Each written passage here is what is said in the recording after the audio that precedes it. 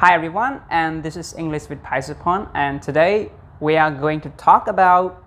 a noun phrase. Okay, chẳng ngày này dương chụp niệm đón tiết dương như gì ông pí à vậy tới cứ chia noun phrase. Okay,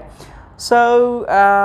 you are going to study specifically on the noun phrase. Chẳng dương thực xa làm ớt tờ noun phrase. Okay, so the noun phrase is a group of words that ends with a noun. Chẳng kia như gì tham mấy chuyện này thì tham mấy. Noun phrase cứ chia bị mùi cổng. Okay, nhưng có là a group of words. Chẳng bị mùi cổng nên là việc chập pi làng tàu. Okay, đái bên chọn đài ấy, đây bên chọn đói đầy niềm mà chẳng mi tham miên bị mùi chấm nuốn ai pi ai bấy tận tái sầm khánh trong cái vi cứ miên đêm mùi nơi hàng cào. Chẳng niềm hàng cào gì đó ngay náo nhưng ai chê cái singular noun của bạn, plural noun của bạn ở banh ha thì sầm khánh cứ vi bên chọn đói đầy niềm. Okay. So it can contain determiners. Chẳng cái thằng noun phrase vì ai ấy, vì ai miền contain năng miền, còn nó về miền ấy determiners. Có determiner ấy. Và determiner cứ chỉ biết đại kế pra sầm rát đặt nêu bị một niệm và nông ca riêng bằng sáng lấy cứ dừng khơi miền sáng determiner đôi chỉ article ơn hay được và phụ article dừng miền pi đấy definite articleនិង indefinite article អញ្ចឹងអឺនដឺហ្នឹងគឺក៏គេហៅថា determiner ដែរដោយសារតែពាក្យទាំងអស់ហ្នឹងគេច្រើនគេយកវាទៅដាក់នៅពីមុខនាមមែនទេបាទអញ្ចឹងនៅក្នុង noun phrase មាន determiner យើងអាចមានអឺនដឺ this បាទដើម្បីចូលបង្ហាញពីអ្វីមួយ that those plural របស់វាយើងទៅហើយនឹង some any a lot of ពួកហ្នឹងគេហៅថា determiner ហើយដោយសារតែវាប្រើប្រាស់ដាក់នៅពីមុខនាមបាទអញ្ចឹងក្រៅពី determiner វាមានអីទៀតនៅក្នុង noun phrase អញ្ចឹងក្នុង noun phrase វាអាចមាន adjectives គុណនាមបាទអញ្ចឹងជាទូទៅយើងដឹងហើយគុណនាមភាគច្រើនគេប្រើប្រាស់វាដាក់នៅពីមុខនាមដើម្បីពិពណ៌នាទៅលើនាមមែនណាអូខេអញ្ចឹងកន្លែងនេះក្នុង noun phrase វាមាន adjective ហើយមានអីទៀត adverbs ហើយក្នុង noun phrase ក៏វាអាចមាន adverb ដែរគុណកិរិយាណាប៉ុន្តែតើយើងថាក្នុង noun phrase ហ្នឹងមាន adverb តើយើងប្រើប្រាស់វាយ៉ាងម៉េចអញ្ចឹងយើងចាំតែមើលឧទាហរណ៍មើលណាចុងក្រោយគឺអីគេ and nouns អញ្ចឹង noun phrase ចុងក្រោយគឺវាបញ្ចប់ដោយ noun ហ្នឹងហើយ noun ហ្នឹងវាអាចជាអី singular ក៏បាន plural ក៏បានអូខេអញ្ចឹងយើងមើល example របស់វាអូខេ so example a book អញ្ចឹងយើងមើលចំណុចទី1ឧទាហរណ៍ទី1យើងគឺអីគេ a book នេះគឺជាពាក្យពីរអញ្ចឹងអាហ្នឹងគេហៅថា noun phrase បើមួយគេអត់ហៅថា noun phrase កើតទេណាគេហៅថា single word ដែរមួយអញ្ចឹងកន្លែងនេះវាមានពីរមានអីខ្លះ a book នេះវាមាន determiner ឬក៏យើងហៅហ្នឹងគេហៅអីគេ article អញ្ចឹងកន្លែងនេះយើងហៅវា determiner ទៅបាទអញ្ចឹងមានពាក្យអីគេ determiner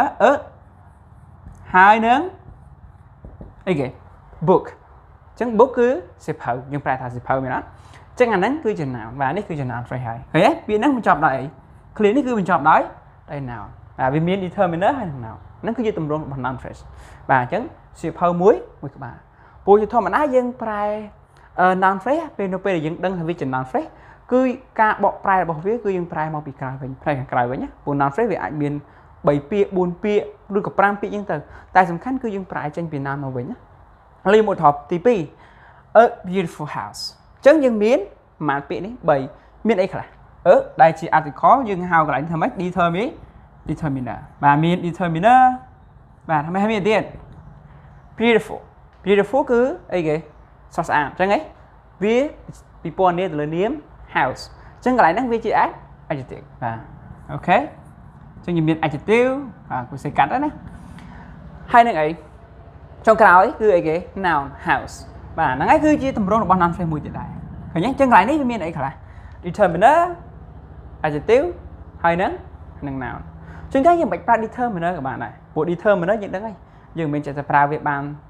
តែទាំងអស់ទេវាមានអាស្រ័យទៅលើនាមរបស់វាណាបាទនាមខ្លះมันអាចប្រើ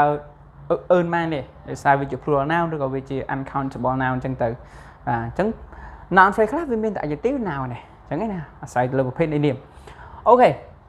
ចេញមកឧទាហរណ៍បន្ទាប់មានអីខ្លះ noun phrase យើង the well educated people អញ្ចឹង well educated people វាជា noun phrase មួយដែរដោយសារវាបញ្ចប់ដោយនាមអញ្ចឹងឯងអញ្ចឹងនៅក្នុង noun phrase នេះមានអីខ្លះ the វាជា determiner បាទអញ្ចឹង determiner ហើយមានអីទៀត well នេះវាបញ្ជាក់អត្ថន័យអី educated វាជា adjective ដោយសារតែកន្លែងនេះក៏ពិតវាជាគេអាស័ព្ទបន្ថែម ed ទេគេអាស័ព្ទបន្ថែម ed ក៏វាអាចជា adjective ដែរកន្លែងនេះ educated វា adjective ដោយសារវាពណ៌នេះទៅលើ people ហើយវាដាក់នៅមុខ noun អញ្ចឹងវាពណ៌នេះទៅលើ people ហើយពាក្យដែលយើងអាចពិពណ៌នេះទៅលើ adjective បានគឺយើងត្រូវប្រើ adverb ព្រោះ adverb មានតែ adverb ទេដែលយើងអាចយកវាទៅពិពណ៌នេះទៅលើ adjective បានណានេះចឹងកន្លែងនេះដាក់ good educated people អត់កើតទេដោយសារនេះវា adjective ចឹង adjective ត្រូវការ adverb បញ្ជាក់នៅវាបាទអញ្ចឹងយើងមើលថាក្នុងនេះមាន determiner បើ eval គឺជាអីគេ adverb adverb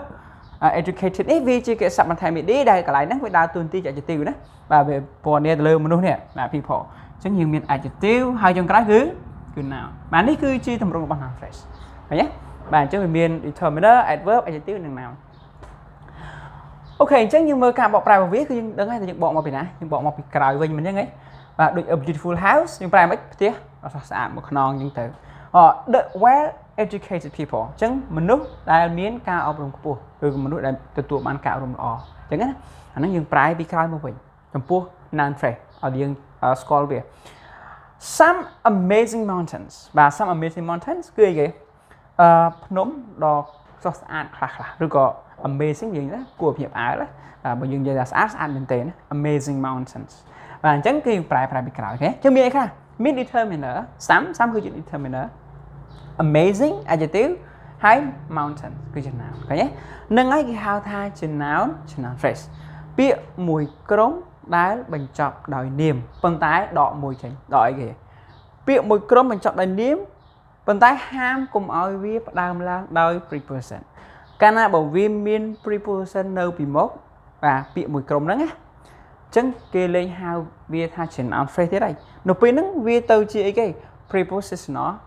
phrase អូខេជាងលោកគ្រូអាចបន្ថែមនេះsome amazing mountains នៅពេលដែលគ្រូប្រើ preposition ណាមួយនៅពីមុខបាទ noun phrase នេះអញ្ចឹង noun phrase ហ្នឹងវាលេងទៅជា noun phrase ហើយវាទៅជា prepositional phrase ឧទាហរណ៍ថាកន្លែងនេះលោកគ្រូបន្ថែមពាក្យ in ហ៎ in some amazing mountains អញ្ចឹងចាប់ពីចំណុចនេះទៅណាគ្រូសូមបញ្ជាក់តិចណាចាប់ចំណុចនេះទៅបាទទាំងអស់នេះគឺគេឲ្យឈ្មោះថាអីវិញ prepositional phrase ហ៎វាបញ្ចប់ដោយនាមដែរប៉ុន្តែនៅក្នុងកលៈទេសៈនេះគឺវាអីគេក្នុងកន្លែងនេះគឺវាដើមឡើងដោយ preposition អញ្ចឹងវាទៅជា prepositional phrase គេអញ្ចឹងយើងអាចបែងចែកដាច់ណា noun phrase គឺវាមាន adjective មាន adverb ប៉ុន្តែធ្វើម៉េចកុំឲ្យវាមាន preposition នៅពីមុខកាលណាបើសិនជា clear នឹងវាបញ្ចប់ដោយនាមហើយប៉ុន្តែផ្ដើមឡើងដោយ preposition អាហ្នឹងគេលេងហៅវាថា noun phrase ហើយគេហៅវាថាម៉េច prepositional phrase ឃើញដូចឧទាហរណ៍នេះខាងនេះនៅពេលដែលយើងអត់ប្រើ in អត់ប្រើ preposition ណាអញ្ចឹង some amazing mountain ហ្នឹងវាជា noun phrase ទេប៉ុន្តែនៅពេលយើងប្រើ preposition ណាក៏ដោយឲ្យដាក់ពីមុខ noun phrase ណាអញ្ចឹង noun phrase ហ្នឹងវាបានคล้ายទៅជា prepositional phrase okay I hope you understand this lesson and I'll see you in the next video okay thank you